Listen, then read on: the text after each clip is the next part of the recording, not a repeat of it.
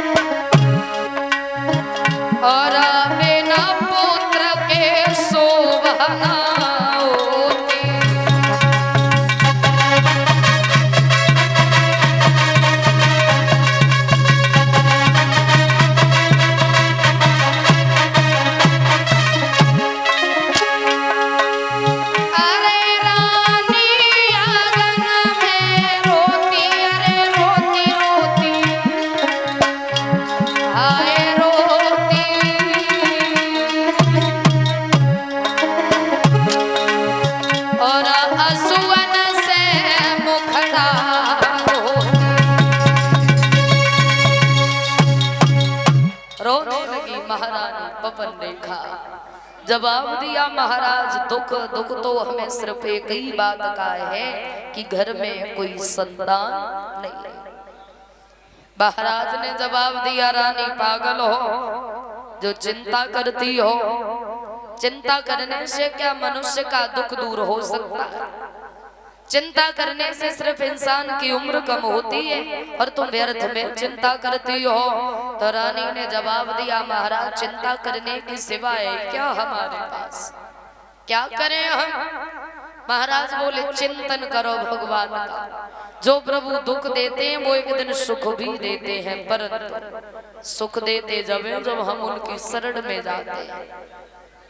रोए के जवाब दियो रानी ने महाराज कितना भी चिंतन करूं भगवान का, जब जब चिंतन करने को बैठूं तो दिल में सिर्फ एक ही ख्याल आता है कि भगवान ने गोदी को सूना क्यों रखा, इतने भी हमने क्या पाप किए होंगे। रोने लगी रानी और जवाब दिया महाराज क्या बताएं। बहरे गोया खेना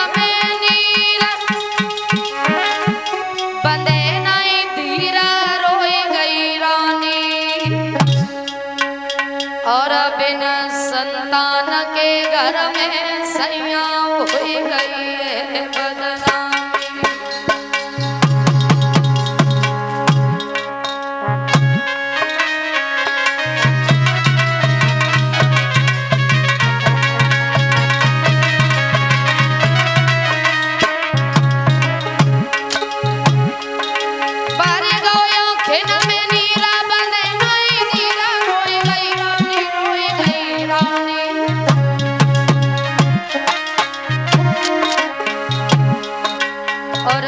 संतान के घर में सैया हुई गई है बदनामी।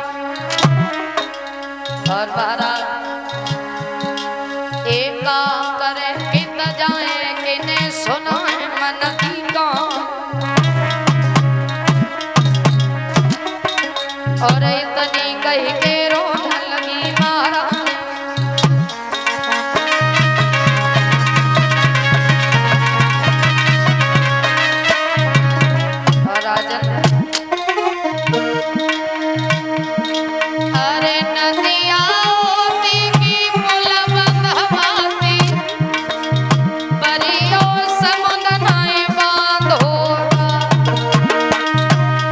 और बछड़ा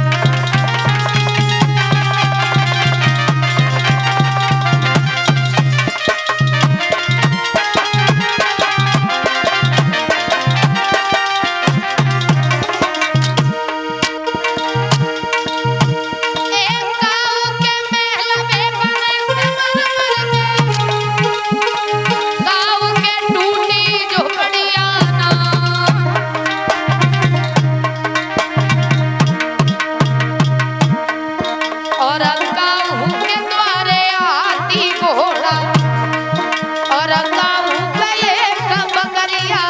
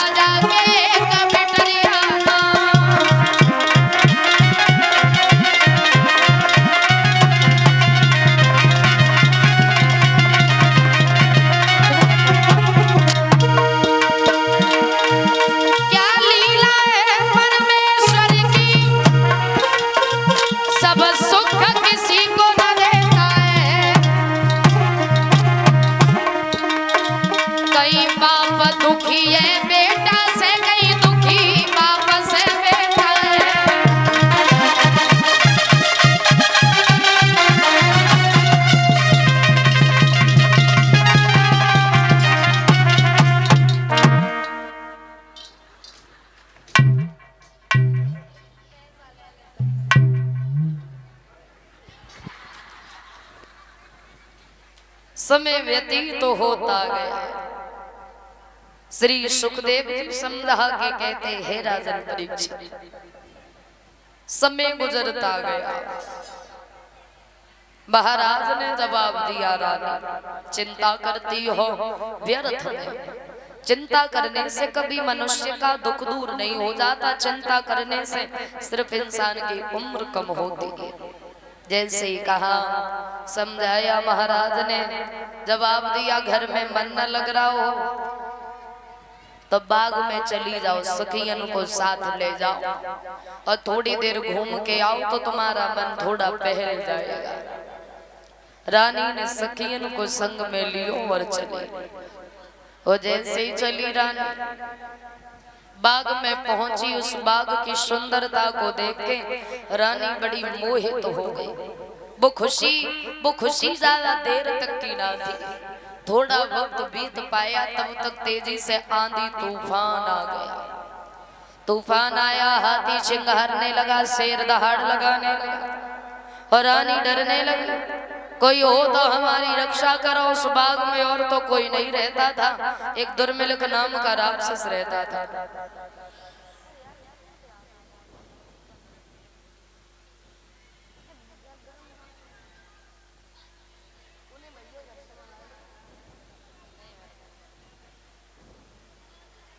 समय गुजरता गया। रानी ने दोनों कानों को बंद किया, आवाज लगाई। उस बाग में और तो कोई नहीं रहता था, एक दुर्मिलक नाम का राक्षस रहता था। उसने मन में विचार किया, रानी बड़ी सुंदर है और हम इसके साथ छल करना चाहते हैं, परंतु पतिव्रता है, राक्षस के भेष में गया तो श्राप दे के भस्म कर देगी। महाराज उग्रसेन का रूप धारण किया और वो दुष्ट पहुंच गया। जवाब दिया, रानी क्यों चिंता कर रही हो? चिंता ना करो, हम देखते हैं इतना कौन ताकत वाला है, हमारे सामने तुम्हें कोई छूके भी तो दिखाए वाला। उस दुष्ट ने रानी के पतिव्रत धर्म को नष्ट कर दिया। बाद में राक्षस के भेष में आया तो रानी क्रोध करने लगी और जवाब दिया रानी ने, अरे तेरो जइयो सत्यानाश और अधर्मी धर्म बिगाड़ो।